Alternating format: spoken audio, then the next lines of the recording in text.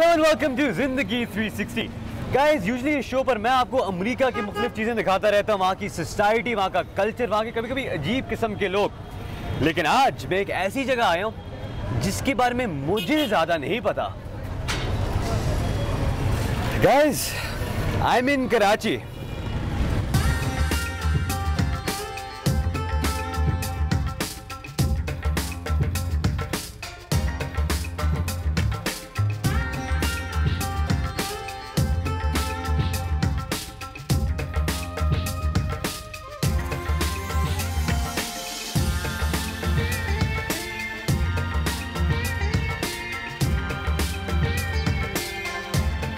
Usually मैं और शिनाली आपको अमेरिका दिखाते रहते हैं, लेकिन आज के शो में मैं चाह रहा हूं कि आप मुझे कराची और पाकिस्तान दिखाएं। इसलिए क्योंकि मैं यहाँ एक आउटसाइडर हूँ, एक फॉरेनर हूँ, और मैं जानना चाहता हूँ कि कराची का जो मशहूर कल्चर है, मशहूर लाइफस्टाइल है, वो आखिर है क्या।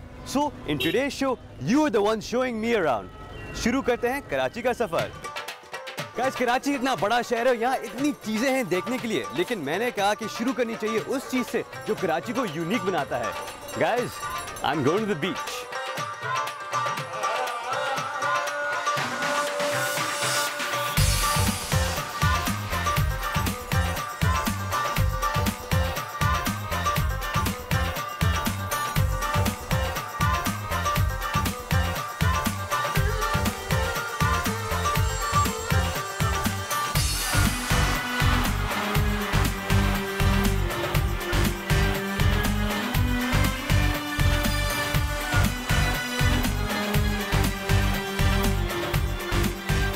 गाइस, जैसे आप देख सकते हैं मैं इस वक्त क्लिफ्टन बीच आया हुआ हूँ और मैं आपको ये बता सकता हूँ कि वाकई में अमेरिका में आपको कभी ऐसी बीच नहीं मिलेगी। गाइस, इस बीच की क्या खास बात है, लोग यहाँ कब आते हैं, क्यों आते हैं और यहाँ क्या करते हैं, I'm gonna try and find out. Follow me. Clifton का सी व्यू बीच मेरे लिए ये एक नया एक्सपीरियंस है। घूमते फिरते मुझे समंदर और साहिल के अलावा यहाँ का माहौल और एटमॉस्फेयर बहुत पसंद आया, but sand and water can get a little boring थोड़ी देर के बाद। तो मैंने सोचा कि लोगों से पूछा जाए कि यहाँ और कुछ करने को क्या है। कुछ ने बताया डर्ट बाइक्स का, कुछ ने घोड़ों पर राइड करने का मशवरा दिया, लेकिन एंड में मेरे प्रोड्यूसर को कुछ और ख्याल में आ रहा था।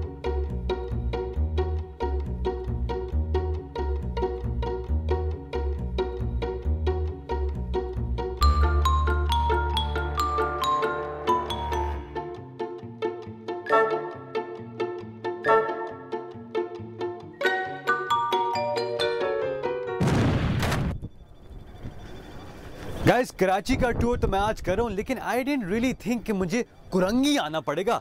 लेकिन किसी ने मुझे कहा है कि ये जो मेरे पीछे वेयर हाउस है, इसमें एक ऐसी चीज़ है जो मुझे सरप्राइज कर देगी। ये चीज़ क्या है? I guess I will find out.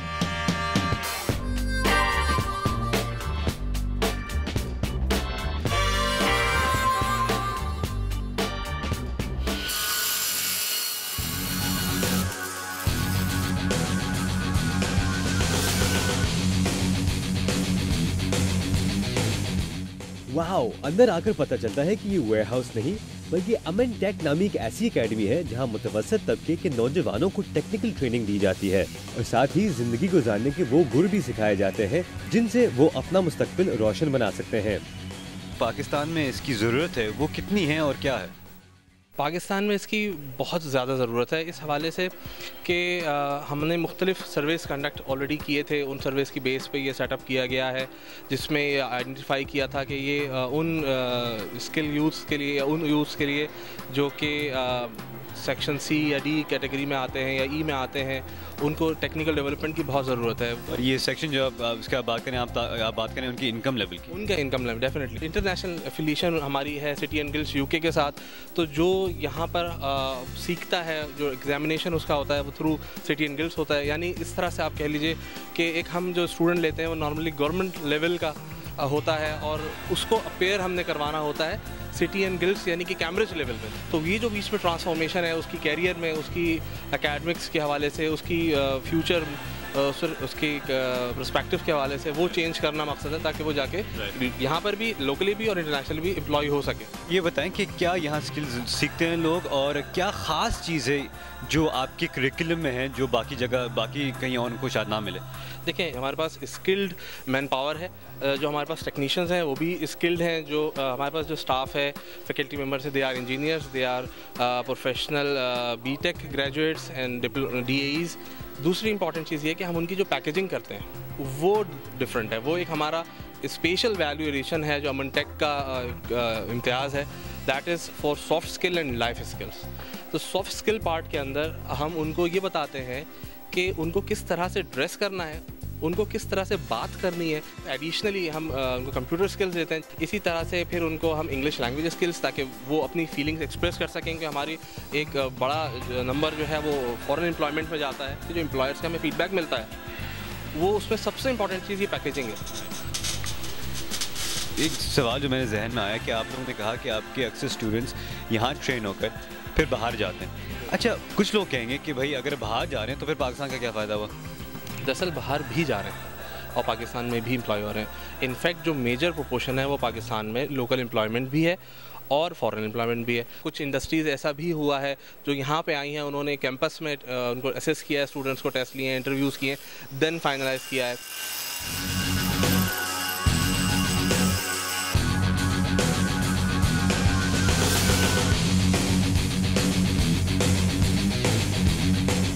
Guys, इस वेयरहाउस में क्या हो रहा है थोड़ा बहुत हमें पता चल गया है, लेकिन मैं चाह रहा हूँ कि इन स्टूडेंट्स से भी बात की जाए, उनसे पता करें कि आखिर क्या एक्सपीरियंस रहा है यहाँ होने का। आइए ज़रा मिलते हैं कुछ स्टूडेंट से।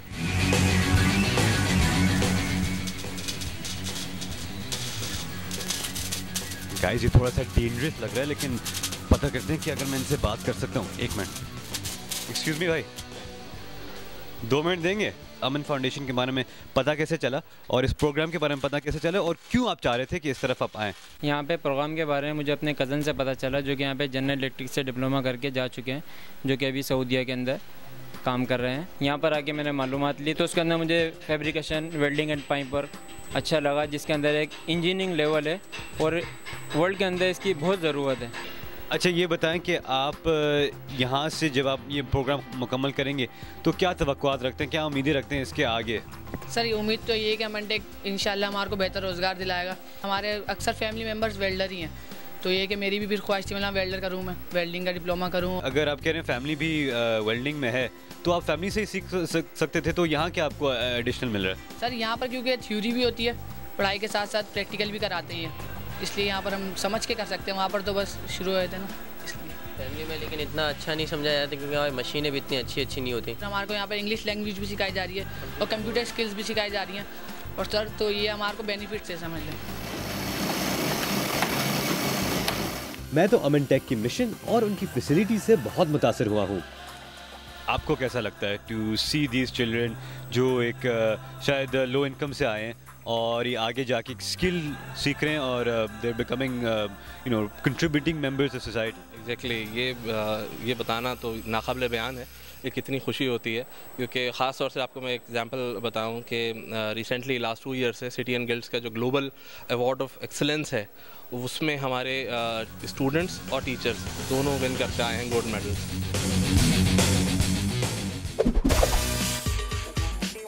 It's time for a break, but don't go anywhere. Break के बाद हमारी गपशप पॉप स्टार फाखिर से। Stay with us.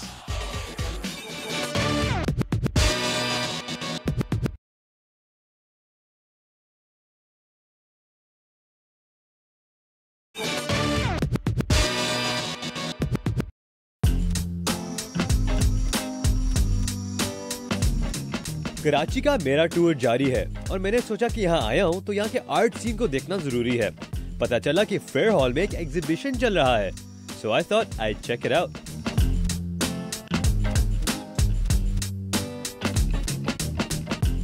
ये जो आपने एग्जीबिशन इधर फेयर हॉल में किया हुआ है बहुत ज़बरदस्त मुझे लगा। इसका बुनियादी मकसद ज़रा बताएं।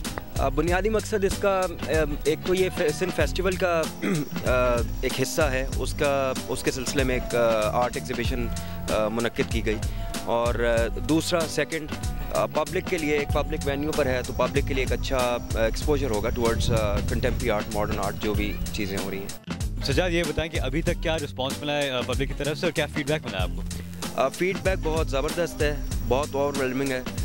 पब्लिक, आम लोग रोज़ाना 1000, 1500, 2000 तक लोग विज़िट कर रहे हैं, जो कि बड़ी अच्छी बात है आर्ट्स के लिए। लोग काफ़ी इंटरेस्टेड लगते हैं, इसलिए कि कंटेम्प्रेरी आर्ट जो है उसके बारे में एक आइडिया है कि ये मुश्किल होता है समझने के लिए, जनरल परसेप्शन जो है। लेकिन लोगों की यहाँ पर मौजूदगी और उनका आना उससे ज़ाहिर होता है कि इसमें लोग इंटरेस्टेड हैं। और उसकी एक वजह ये भी है कि कंटेम्प्रेरी आर्ट के अंदर, पाकिस्तानी कंटेम्प्रेरी आर्ट के अंदर रोज़मर्रा ज़िंदगी के रेफरेंसेस, वहाँ से इमेजरी, वहाँ से मेटाफर्स, उनको यूज़ करते हुए आर्टिस्ट क्रिएट कर रहे हैं, जिसकी वजह से लोग रिलेट कर जाते हैं उससे। जनरली बताएं कि जो आपने आर्ट, जो पेंटिंग, जो पीसेस आप लोगों ने पेश किए हैं इधर, उसकी क्यूरेशन किस फ़िलासफ़ी के साथ की गई है? क्या थॉट थी इस इन आर्ट्स को सिलेक्ट करने में? क्यूरेशन एक तो ये था कि as part of Sindh festival, जो आर्टिस्ट सिंध में पैदा हुए या हु रिजाइड हेयर और रीलोकेटेड हेयर, उनको एक ओपन कॉल दी गई और उस पर जिन जिन आर्टिस्ट ने रिस्पॉन्ड किया उनका काम इसमें शामिल है। एक वो, और डिस्प्ले का जिस तरह से डिसीजंस हैं, अदीला सुलेमान ने एक मेजर रोल डिस्प्ले में अदा किया। उसमें यही था कि एक ईज़ी टू अंडरस्टैंड अप्रोच के साथ एक वॉक थ्रू दी जाए, जो कि आम लोग जिसको आसानी से समझ सकें।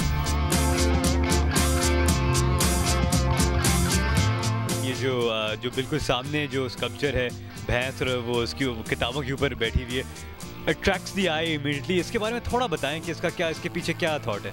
यूजुअली मैं लोगों की रेटिंग आपसे शेयर करूंगा। आम पब्लिक के जो व्यूज़ थे इसके बारे में, वो इसको देखते ही कहते थे कि शायद अकल बड़ी या भैंस, उसके बारे में कोई काम है, विच मे और may not be artist intent. ये जो एग्जीबिशन आपने देखा है, क्या ऐसे आर्ट वर्क्स हैं जो आपको मुतासिर कर रहे हैं, और इस पूरे एग्जीबिशन के बारे में थोड़ा बताएं कि कैसे आपको लगा?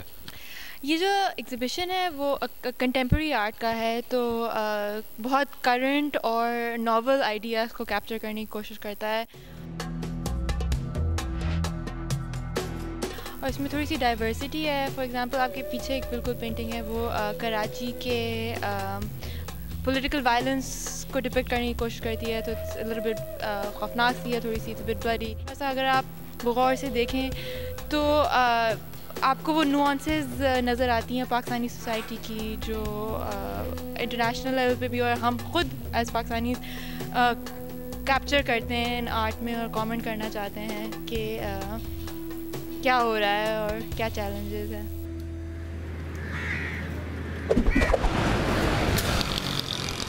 गाइस, मैं एक ख़ास चीज़ ढूंढ रहा हूँ। मुझे पता चला है कि कुछ ऐसे लोग हैं कराची में जो मेरे हाथ पर लाइनें और निशान जो हैं उनको पढ़कर मुझे अपना फ्यूचर बता सकते हैं। गाइस, आपने पामिस के बारे में तो ज़रूर सुना होगा, लेकिन मैं अमेरिका से आ रहा हूँ और मैं ऐसी चीज़ों पर यकीन नहीं करता, लेकिन किसी ने मुझे बोला है कि इसमें कुछ हकीकत है। गाइस, अब मुझे कोई पामिस ढूंढना पड़ेगा। I think I see one. कम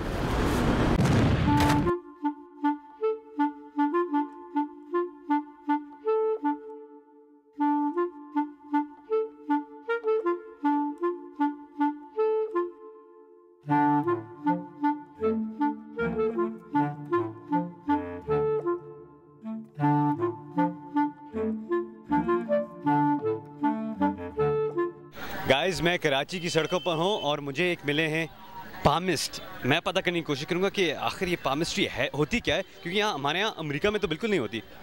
पूछते हैं। अस्सलाम वालेकुम सर, आप अपना नाम बताइए। हसन शाह। हसन शाह साहब, मैं आया हूँ अमेरिका से, और अमेरिका में ये पामिस्ट्री वगैरह किसी को ज़्यादा समझ नहीं है कि है होती क्या चीज़ है और इसका मकसद क्या है। मुझे यही बताएं कि पामिस्ट्री, इसमें क्या ख़ास बात है और क्या आप बता सकते हैं हाथ को देख के? हाथ की लाइनें होती हैं, भारत से शुरू हुआ है। ये जो था ना, ये जोगी थे जो उनके सीनों में ये चीज़ दफन थी, तो उन्होंने बताया नहीं, फिर कैरो ने इस पर सर्च करने के बाद ये चीज़ सामने लाई, दुनिया के आगे वे पेश की है। उसके हिसाब से ये पामिस्ट्री फिर मेडिकल का, साइंस का दर्जा दिया गया। लोग यही पूछते हैं शादी कितनी है, दिमाग दौलत कैसे आएगी। मैं कहता हूँ अगर मेहनत करोगे तो दौलत आएगी, घर बैठा तो मिलेगी नहीं। ये भी सही बात है शाह साहब, ये बातें तो हो गई हैं, लेकिन अब मैं चाहता हूँ कि मैं भी ज़रा पता करूँ कुछ अपने बारे में। बता सकते हैं कुछ? दिमाग आपका माशाल्लाह अच्छा है। रज़ा के हिसाब से ये बताता है कि ऐसा इंसान आने वाले वक्त में कामयाबियों की अलामतों में जाता है। लेकिन आपकी फील्ड में जो चीज़ नज़र आ रही है, इसका मकसद ये है कि हो सकता है अगले साल आपकी कामयाबियों में इजाफा हो जाए। अगले साल मेरी कामयाबी में इजाफा हो जाए। शमस की लाइन आपके हाथ में अच्छी हैं और दिल की लाइन आपकी जो जंजीर तार है उसमें 2 शाखें निकली हुई हैं। एक बारे ज़ोहल पार आती है, एक बारे मुश्तरी पे जा रही है। इसका मकसद ये होता है कि ऐसा इंसान जो होता है ना, अपने दिल में 2 पहलू पर सोचता रहता है, करूँ या ना करूँ, जिसकी वजह से दिमाग से ज़्यादा काम नहीं लेता, दिल से फैसले ज़्यादा करता है। ये वैसे आप सही कह रहे हैं। शादी की लाइन आपके हाथ में 2 हैं। 2 हैं? 2 शादियाँ होंगी। गुब्बारे मुश्तरी आपका अच्छा है। आपका आने वाले वक्त में सफ़र की अलामतें भी आ रही हैं। सफ़र बैरून मुल्क, क्योंकि आगे आपकी लाइफ लाइन जो बताती है कि लाइफ लाइन आपकी माशाल्लाह बहुत बेस्ट है। सर आपका बहुत शुक्रिया। गाइस, जैसे आपने देखा मैंने पाकिस्तान में पामिस्ट्री करवाई है, पाम रीडिंग करवाई है, कुछ अच्छी चीज़ें, कुछ परेशान कुन चीज़ें, लेकिन एक चीज़ बता दूं कि मुझे पाकिस्तान का थोड़ा बहुत ज़्यादा समझ आ गया है। आइए देखते हैं और क्या मिल सकता है यहाँ सड़कों में। गाइस, आज मैं कराची का टूर कर रहा हूँ और मैंने सोचा कि कराची आए और यहाँ के म्यूजिकल सीन को चेकआउट ना किया ये तो हो ही नहीं सकता। इसलिए मैं मिला एक बहुत बड़े पाकिस्तानी म्यूजिकल लेजेंड से। Guys, he needs no introduction. मैं बात कर रहा हूँ फ़ाखिर के बारे में। गाइस, मैंने फ़ाखिर से बात की, उसके अपकमिंग एल्बम के बारे में उनसे पूछा और ये कि उनके फ्यूचर प्लान्स क्या हैं। आइए मिलते हैं फ़ाखिर से। Toma que toma que toma, toma que toma, te quiero mucho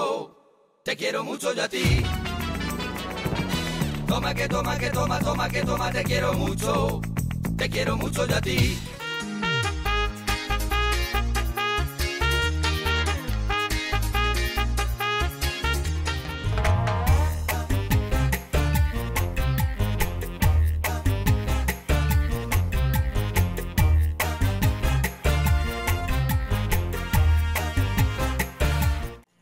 मेरी लास्ट एल्बम जी चाहे 2011 में रिलीज़ हुई एंड 6 साल का गैप आ गया था मंत्रा और जी चाहे के बीच में। एंड इट्स नॉट दैट कि मेरे पास कोई क्रिएटिव ब्लॉक आ गया था, नो। जैसे कहते हैं इट्स सो हैपेंड। एक तो I lost my beloved father and for a couple of years I was in the mourning, I was very attached to him, तो I couldn't really work. 1 number 2, जब आप मंत्रा की success के बाद और उससे पहले सप्त सोनिए और आतिश की सक्सेस जब सारे एक्यूमुलेट होते हैं तो आपको टूरिंग ऑफर्स बहुत होते हैं, आप पूरी दुनिया में घूमते हैं और टूर्स करते हैं, शोज़ करते हैं and you doing well for yourself. जी चाहे is a reflective album by and large. Bulk of the tracks in this album reflect a certain state of mind जिससे मैं गुजरा होऊंगा।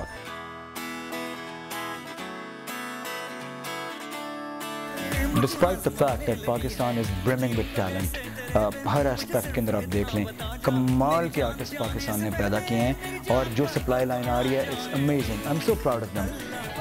Indian music is amazing, it's really good, बहुत ज़बरदस्त है। बॉलीवुड की म्यूज़िक बहुत आला आ रही है, लेकिन पाकिस्तान की लोकल म्यूज़िक इंडस्ट्री को कुछ प्रोटेक्शन चाहिए होगी और वो स्टार्ट होगा जब आप प्रेस्क्राइब कोटास के अंदर इंटरनेशनल म्यूज़िक चलाएंगे।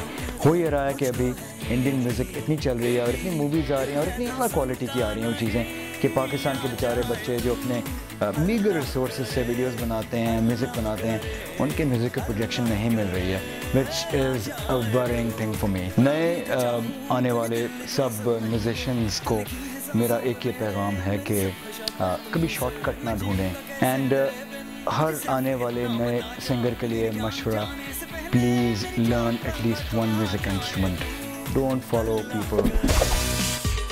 ब्रेक टाइम, लेकिन कहीं मत जाइएगा। ब्रेक के बाद मैं डिस्कवर करता हूँ कराची की मशहूर Burns road. Stay with us.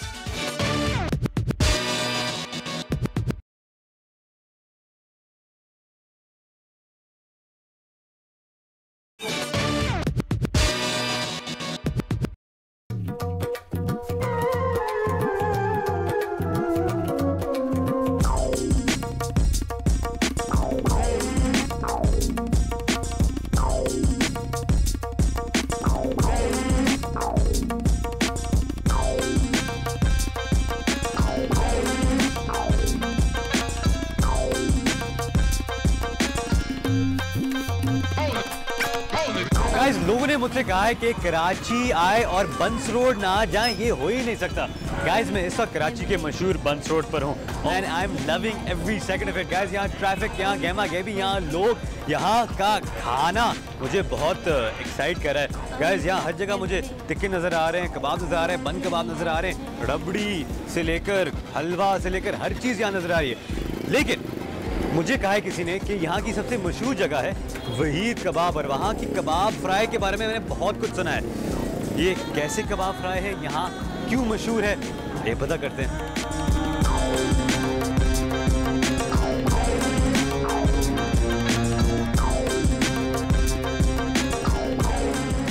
Guys मैं बंस रोड आया हूँ, यहाँ के खाने के बारे में पता करने की कोशिश कर रहा हूँ, यहाँ की आखिर क्या खास बात है। अस्सलाम वालेकुम जी। सलाम। आपका नाम? मोहम्मद दानिश। आप बताएं, आप फैमिली के साथ आए? जी। आप लोग, मैं सबसे पूछने वाला हूँ कि क्या फेवरेट चीज़ें हैं यहाँ जो आप, जिसके लिए आप यहाँ आते हैं, क्या चीज़ है? यहाँ तो अभी हम जो आए खाने वो कबाब फ्राई है, वो बहुत इधर का मशहूर है और अच्छा है। Mostly we like to eat kebab fry and roti. अच्छा, ये बताएं कि यहाँ का खाना और आपके हाथ का बना हुआ खाना क्या फ़र्क है? अपने खाने की और बात है, बहुत फ़र्क है। दोनों की बात अलग है। She कुक्स better than kebab fry. She कुक्स better than kebab fry, बड़ी बात है, ये बड़ा कॉम्प्लीमेंट मिला आपके खाने का। इसका मतलब है आपके घर आके खाना खाना पड़ेगा। तो ये बताएं कि आप क्या खा रहे हैं? कबाब फ्राई, चिकन टिक्का। इरम आपने मंगवाया? दोनों ने। दोनों ने। तो ये बताएं कि आपको आज कैसा क्यों ख्याल आया कि बंस रोड आके खाना खाना है? अच्छा होता है, यहाँ का टेस्टी खाना होता है, जब दिल चाहता है तो फिर यहाँ आ जाते हैं। कब से आप आ रहे हैं बंस रोड? शादी के बाद। Second time. सेकंड टाइम आए? अच्छा, तो क्या मशवरा पहले आपने दिया था, आपने दिया? अच्छा, और बच्चों को कैसा पसंद आता है? बच्चों को भी अच्छा लगता है, यहाँ की सारी चीज़ें टेस्ट करिए, कुल्फ़ी वगैरह भी है यहाँ की मशहूर, और ये नहारी भी है, इसलिए बस खाने आते हैं। आपका नाम? सोहेल सईदी। और जी आपका नाम? रेहाना सोहेल। बनान ये बताएं कि हम बंस रोड आए हैं, मुझे लोग कह रहे हैं कि भाई बंस रोड का खाना ज़रूर आप ट्राई करो। आप लोग क्यों आए हैं इधर, क्या ख़ास बात है बंस रोड के खाने में? इधर का खाना बहुत लजीज होता है, स्पाइसी होता है। स्पाइसी। और क्या क्या आप क्या ख़ास चीज़ें पसंद करते हैं? अरे कबाब फ्राई वगैरह है, बोटी है, टिक्का वगैरह। आपकी क्या फेवरेट डिशेज़ हैं? टिक्का पराठा। टिक्का पराठा, अच्छा, हर दफ़ा यही मंगवाते हैं? अच्छा ये बताएं कि आप लोग, आपकी पूरी फैमिली आई हुई है, कब से आप लोग यहाँ बंस रोड आ रहे हैं?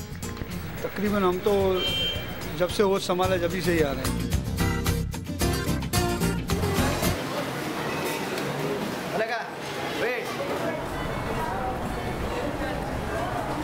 गाइस ये है बंस रोड का फेमस कबाब फ्राई। सब लोग ने कहा है कि ये उनकी फेवरेट डिश है। आई एम वेरी एक्साइटेड, देखते कि कैसा टेस्ट करता है। ये एक चीज़ बताता चलूँ कि अमेरिका में ऐसी डिश आपको कहीं नहीं मिलेगी। Let's see how this is.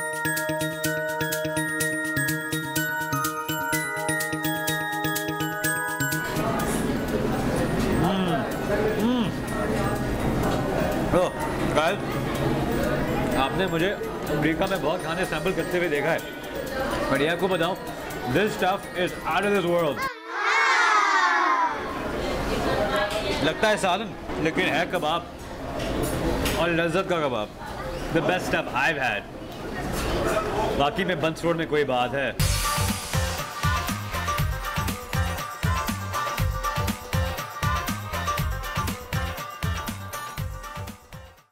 Guys, so much to do but so little time. Show का वक्त unfortunately खत्म हो गया और मेरी फ्लाइट भी जाने वाली है. Guys, where will I be next week? I have no idea, but ये मैं आपको बता सकता हूँ कि कराची का टूर करते हुए मुझे बहुत मजा आया. यकीनन आपको भी मजा आया होगा. But for now, that's it. I'll see you on the other side.